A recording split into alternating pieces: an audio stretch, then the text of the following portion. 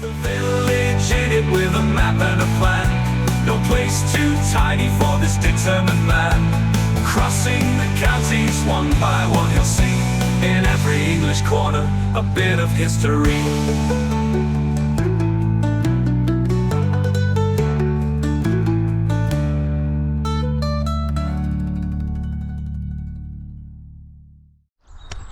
Hello folks, welcome to a brand new county here on TVI. This is the first time we've touched Hampshire. Haha, Hampshire is finally going to be started, and we're in the district of Winchester. We're not a million miles away from that city. We're 7 miles away from it apparently, according to the sign that's currently behind the camera. And we're beginning in a very small village, and it's called Beauworth.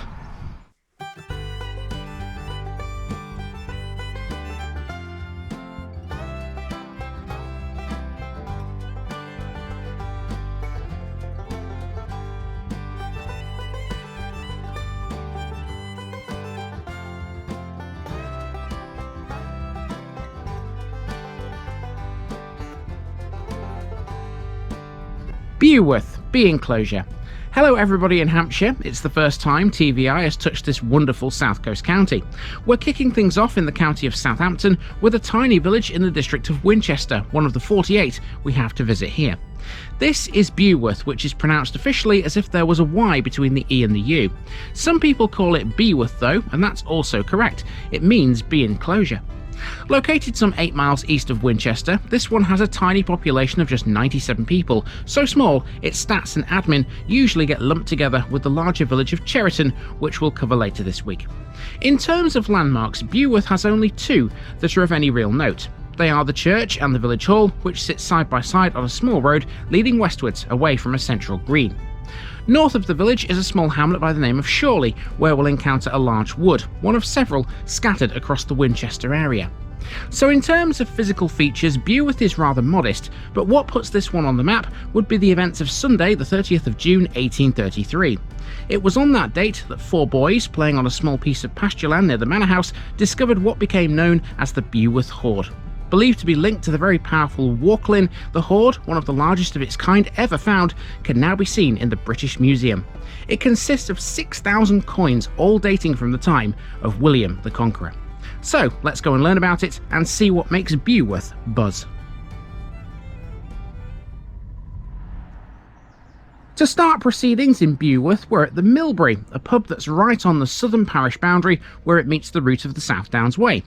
This 17th century pub and restaurant boasts a friendly atmosphere, several bars, a restaurant, and the deepest well in Hampshire, which descends to a depth of more than 365 feet.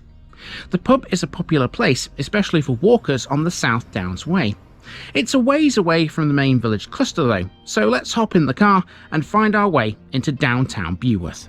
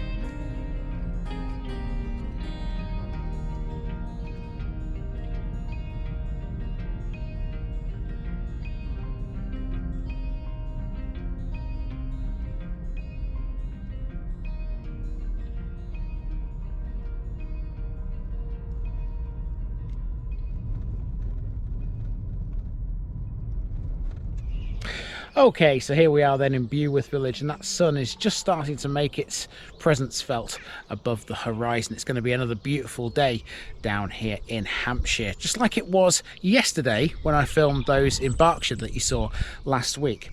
Now, speaking of those that you saw last week in Berkshire, this place is very similar to one that was in that run, if you remember Farnborough. Now, all I'm going to do really here is I'm going to walk from one end of the village to the other and then walk back again. We're going to be ending here at the church, which is very beautiful, by the way. Look at this. Absolutely fantastic church, that. And next door is the little village hall. I'll tell you a bit more about them when we actually get back to this point. But to get to the other end, I've got to head down here. Beauworth consists of two main roads, one that runs north from the Millbury to the village green, and the other that stretches west from the green out into the Hampshire countryside. That's really all there is to the place, barring a few other country lanes. It's very tiny. Originally it was a tithing in the parish of Cheriton. The earliest mention of it seems to be in the year 1265, when a court record name drops it.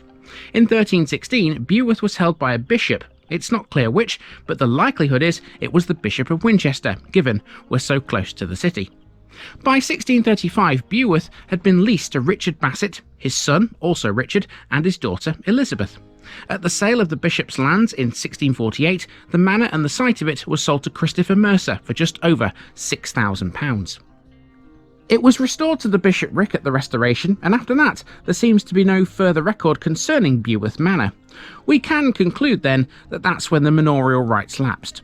In more recent times, a man called Walter Long became the principal landowner in Beauworth. So now we know a bit more about the history of the place. Where does it actually lie? Well, the answer is about 8 miles east of Winchester on a sweep of high ground called the Millbarrows Ridge. That in turn is on the northern side of the Hampshire Downs, which is an area of outstanding natural beauty. Being so close to the South Downs Way, which attracts hundreds of walkers each year, the village, whose population has a largely agricultural background, has a population of 97 people. It's a small, close-knit group, but with that comes a thriving sense of community. The earliest cottages that still stand are those that form Church Terrace and date from the 16th century. A number of cottages are thatched, and several had indoor wells at one time. It's always been a desirable place to live. In fact, in 1957, there was a very important find in Beauworth that confirmed it's been occupied for centuries. In an area of heavy undergrowth, Roman tiles and building materials were found, leading to the discovery of a Roman villa covering some 2.5 acres. Okay, so I imagine out there are going to be some new people watching me, considering this is a brand new county. Hello, if that's you. Now, what I do when I visit a place is I leave one of these little cards on the parish notice board. It just basically marks that I've been to it. And here in Beauworth, there's a notice board right in the centre of the village. So let's get this out of the way. There we go. That's Beauworth in the books.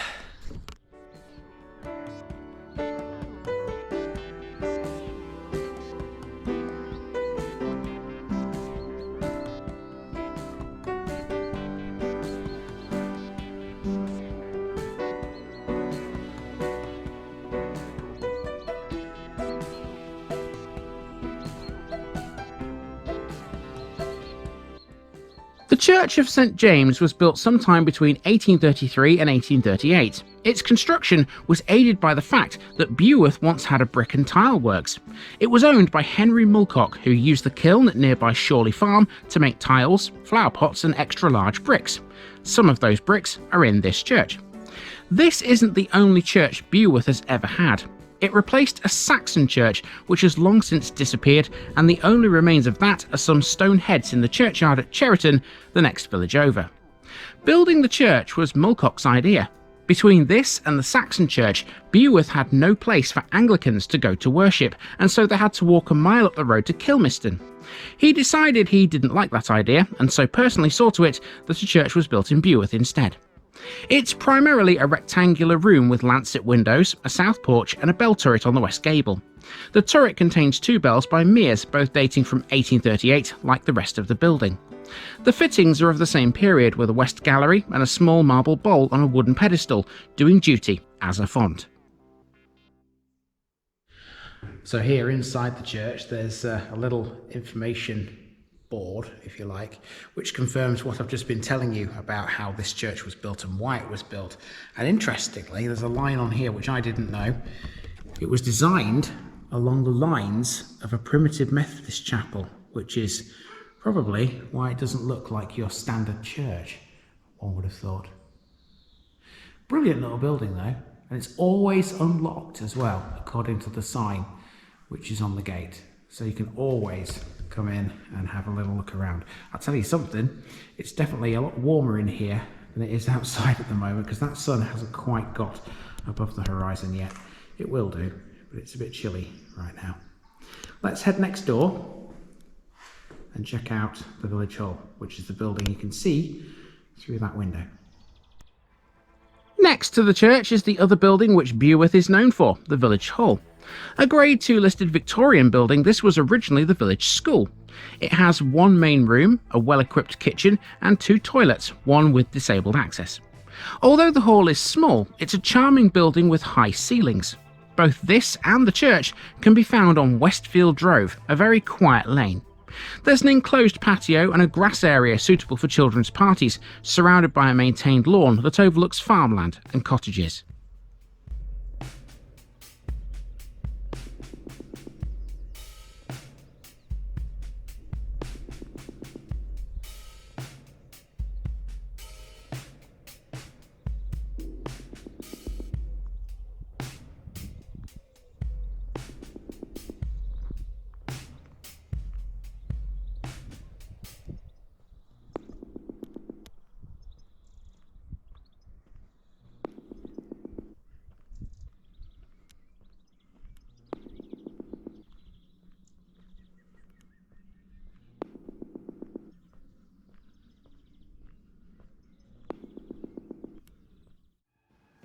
Whilst the Roman villa might have been a very significant find for Beauworth, it's nothing compared to the one that was made in 1833.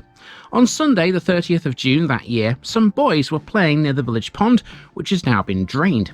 The site of the pond forms today part of the garden at Manor House Farm. One of the boys stumbled over what appeared to be a piece of lead pipe, which piqued his curiosity and that of his 3 friends. The 4 scrabbled in the ground with their fingers and discovered what they thought was an old metal box full of buttons.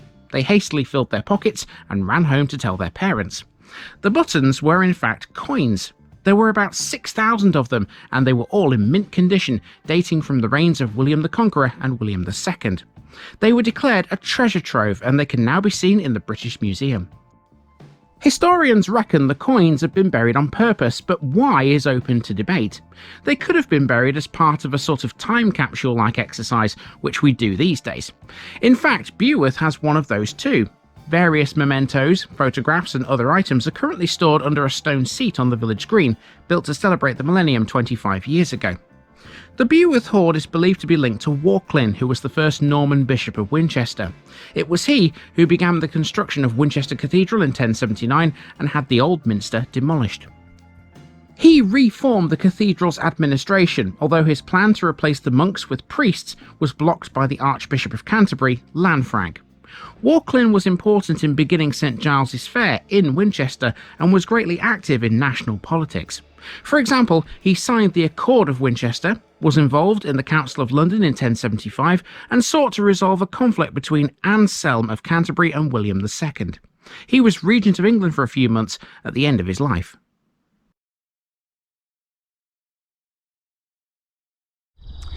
Okay, that's really all there is to Beauworth Village, but of course the parish does contain another small hamlet yet called Shorley. We're going to hop in the car and finish off this episode by driving to that. To wrap this one up, we're off to the small hamlet of Shorley, which lies to the north of Beauworth. Shorley is known for 2 things. One of them we already know about. It was in Shorley where the bricks for the church were made by Henry Mulcock.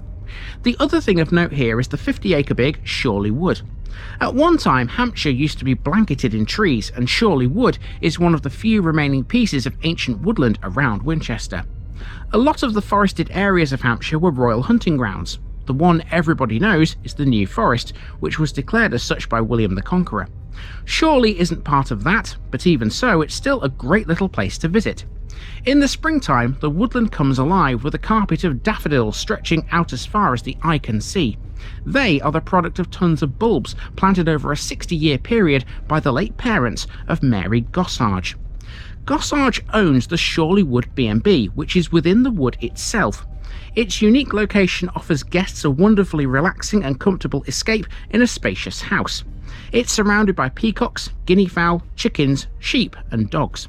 Its fairy tale setting guarantees complete privacy and epitomises the idyllic country getaway.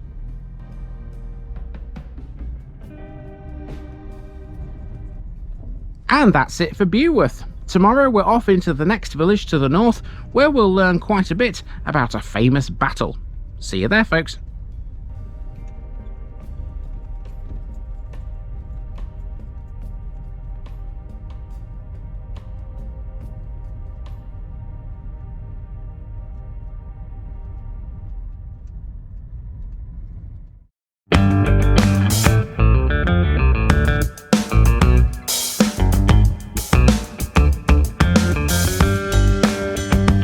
Now, just before I go, remember, this video is part of a huge project to visit every civil parish in England. That's more than 10,000. These routes are pre-planned, and due to time constraints, I can't cover every detail or walk down every street. Please don't complain if this video missed something out. I pronounce names how I choose to. I am very aware that local dialect may vary, and I don't take kindly to criticism about this. You've been warned. It's impossible to know everything too. If this video was terrible, make your own. If you're a regular watcher of The Village Idiot, you're not the only one. If you've got a small business, why not use my videos to advertise it? Leave a comment below if you're interested. And finally, thanks for watching this episode, everybody. Give us a like and a subscribe if you've enjoyed this episode, and share it with your friends and relatives. It all helps to keep this mission going. Until next time, I've been Andy, also known as The Village Idiot, and I'm out.